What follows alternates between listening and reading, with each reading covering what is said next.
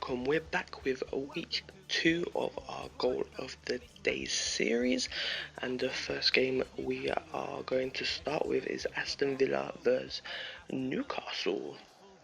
And yeah, it's a big game here really when you think about it. Newcastle in real life are not playing very well at all. Villa are not doing too bad, top of the table, not top of the table, top half of the table at the moment. And this Sissoko running straight through. Sissoko comes back to him, plays a beautiful ball back into the middle, and Cissé's there. 2 minutes into the game, and Newcastle take the lead. And it was a great bit of play from them. It was a fantastic ball in by Sissoko, outside of the foot. Keeper came out, nowhere near it, and Cissé puts it in the back of the net. 10 minutes into the game, here's Cabella, plays it to Cissé, a nice 1-2 here, over the top, back to Cabella. Can he finish it? Of course he can. 2-0, 10 minutes into the game. Would you believe it? Villa are falling apart. Defence-wise, they've been all over the place.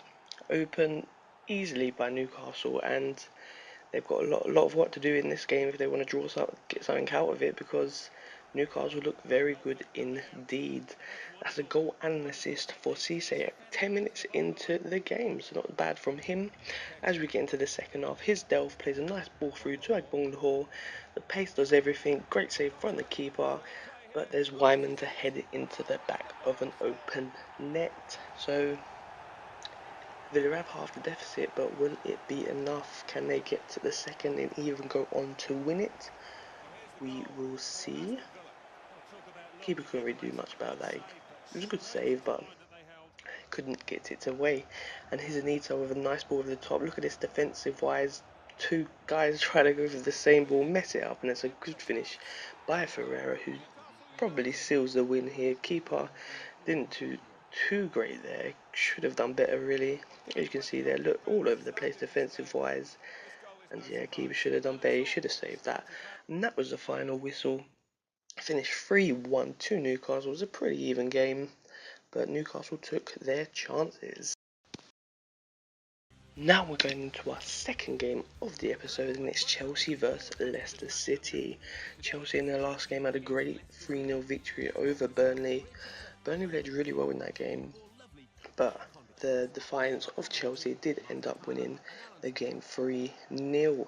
So what can they do against newly promoted Leicester? And that was a terrible challenge by Ramirez, and it had to be a red really. It really wasn't needed, and silly mistake by Ramirez as he gets sent off. Chelsea down to 10 men, 36 minutes into the game. Can Leicester pop up here with a surprise win? Who knows? We will see. And yeah, that's the CDM gone off the pitch, and Chelsea didn't make any changes, but look at this by Costa. He has been the star of the Premier League so far, through on goal, and he's always going to put them away. It's a fantastic finish. Schmeichel couldn't do anything about that whatsoever. He literally just plays with the defence. It's unreal. Fantastic player. So Chelsea down to 10 men, 1-0 up on the half time. And you know, Leicester did well. Here's a great ball over the top, but Lewis through, and he puts it away fantastically, and it's 1-1. Will Chelsea be able to score a late goal to nick it 2-1? Or even Leicester, will they be able to nick it?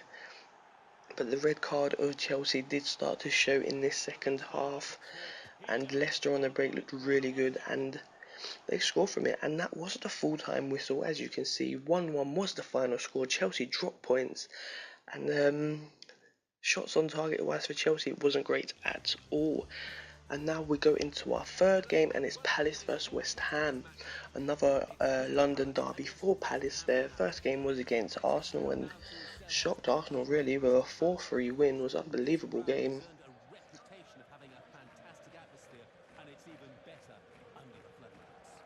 Rich bit of form up against West Ham today, but look at that ball by Noble through to Zarate, and he just gets there before the keeper. And 30 minutes into the game, West Ham take the lead from their new boy Zarate. Fantastic ball and a fantastic finish. It was a great goal all round. A nice little bit of passing before the goal as well. And Noble, you know, he's been at West Ham for a while now, and It's definitely a fan favourite as all the fans celebrate over there in the corner flag. Look at that for a ball, fantastic. Speroni no chance there, and it does go 1-0. And a few minutes later, straight after the goal, Zarate's through on goal. What's he going to do? Tries to go around the keeper and Speroni takes him out, and it is a penalty. And Palace have fell apart within 2 minutes really. They was not too bad. The first 10 minutes they had a few chances themselves, but Speroni gets the booking. He's lucky it wasn't red really, but I couldn't see Zarate getting to that ball nonetheless. Yeah, definitely a penalty. You could say Zarate was probably looking for that, but you know, some ain't given, but some are given, and this one was given. And it's Stuart Downing to take the spot kick. Will he put it away, or can Speroni make amends? We will see. And he puts it away. Speroni decided to stay down the middle, and Downing coolly put it to his left. And 2-0 down. You know, it's nothing like Palace were last week. And it's sad to see really, but hopefully they can bounce back. Here's a strike there from Noble, Cresswell, comes back to Zarate. Look at that fake shot, fantastic, and what a finish. 3-0, 23 minutes into the game. This could be a rout. And Palace defence has just fallen apart. Unbelievable. How you can beat Arsenal one week and then go 3-0 down at home to West Ham the next. Unbelievable. But nothing really happened till the last minute. Song with a free kick deflects off the post, and who's there to wrap up his hat-trick? It is Zarate. A great hat-trick from him. That was probably the easiest goal he will score all season. But you know, when it's not going your way, it's not going your way. It didn't go for Palace today, sadly enough, and that was the full-time score. 4-0, Zarate with a hat-trick, and they fully deserved it. You know, Palace did not get into the game at all. Only 3 shots, 21 by West Ham. Anyway, second to last game, and it's Southampton vs West Brom. We're at St Mary's Stadium. This could be a good game, but on the other hand, it could be a boring game. Who knows? It's football. Anything can happen.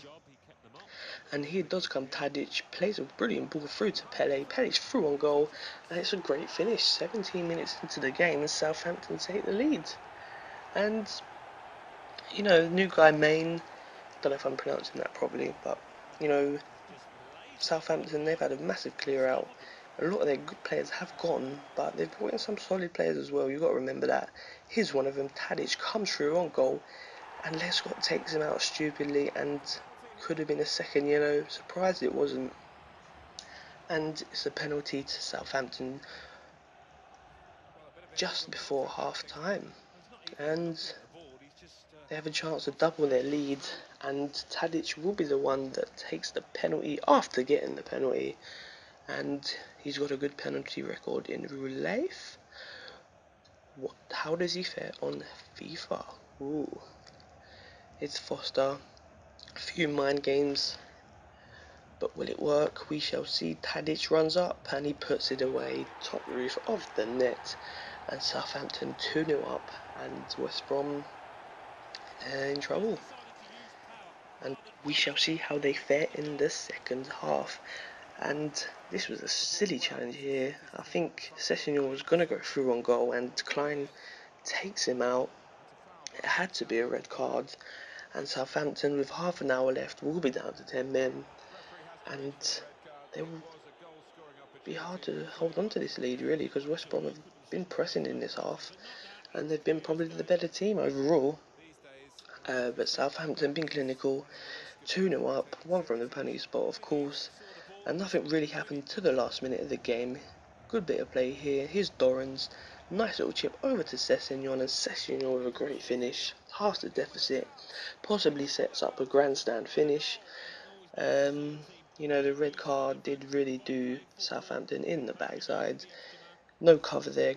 Good bit of play though by West Brom, and it's a fantastic goal nonetheless. But that's what it finished, 2-1 to Southampton, and Southampton take the 3 points. As you can see, West Brom probably played a lot better than Southampton, a lot more shots. But Southampton take the win. Our last game of the episode is Swansea vs Burnley. Swansea, you know, got a good chance to get 3 points here at Liberty Stadium. Burnley, of course, with that 3-0 loss at home last week to Chelsea after the red card, and they did kind of fall apart after that. But here's Sigurdsson, who scored a fantastic goal against Man United, and he's only gone and done it again. Fantastic strike once more. Another contender for goal of the season, it's got to be said, because he scored 2 brilliant goals, and him and Diego Costa have been fantastic already, first 2 games. Hopefully they continue it. But look at this, given too much space once again, does the defender, and what a strike. No keeper saving that. Anyway, 31 minutes into the game, Burnley's through on goal, and he gets taken out there quite weirdly. He goes rolling about all over the floor. I'm not sure if Burnley got his shot off before he got taken out, but his shot was going straight at the keeper. No booking, I don't think, was given here. Trippier, but it is a penalty. And who's going to take it? The man who's already scored a fantastic goal in this game. It's going to be Sigurdsson, sorry. And he's got a chance to get his 3rd goal in 2 games. And we shall see what happens. Sigurdsson lining his penalty up, and no keeper's getting that. Fantastic top corner, 2-0 up, and Burnley in a lot of trouble already. Conceded 5 goals in 2 games now. It's not looking good for them. Could be going back down, and fantastic penalty. Second half was the next thing that happened. It was a good bit of play here by Burnley, surprisingly, and Arfield, a fantastic finish across the keeper. I love the way them goals go in. They bounce and bounce and bounce. And it was a great finish. And they've halved the deficit just after the second half started. And they've got a chance here, Burnley. A very good chance, but it didn't happen. Swansea held out for their 2-1 win, and that's the way it finished. Pretty even game. Burnley did come into it the second half. Swansea sat back, but they come away with the win. And that's the end of the episode, guys. I hope you have enjoyed, and if you have, please leave a like and subscribe if you haven't already. And I'll see you guys later.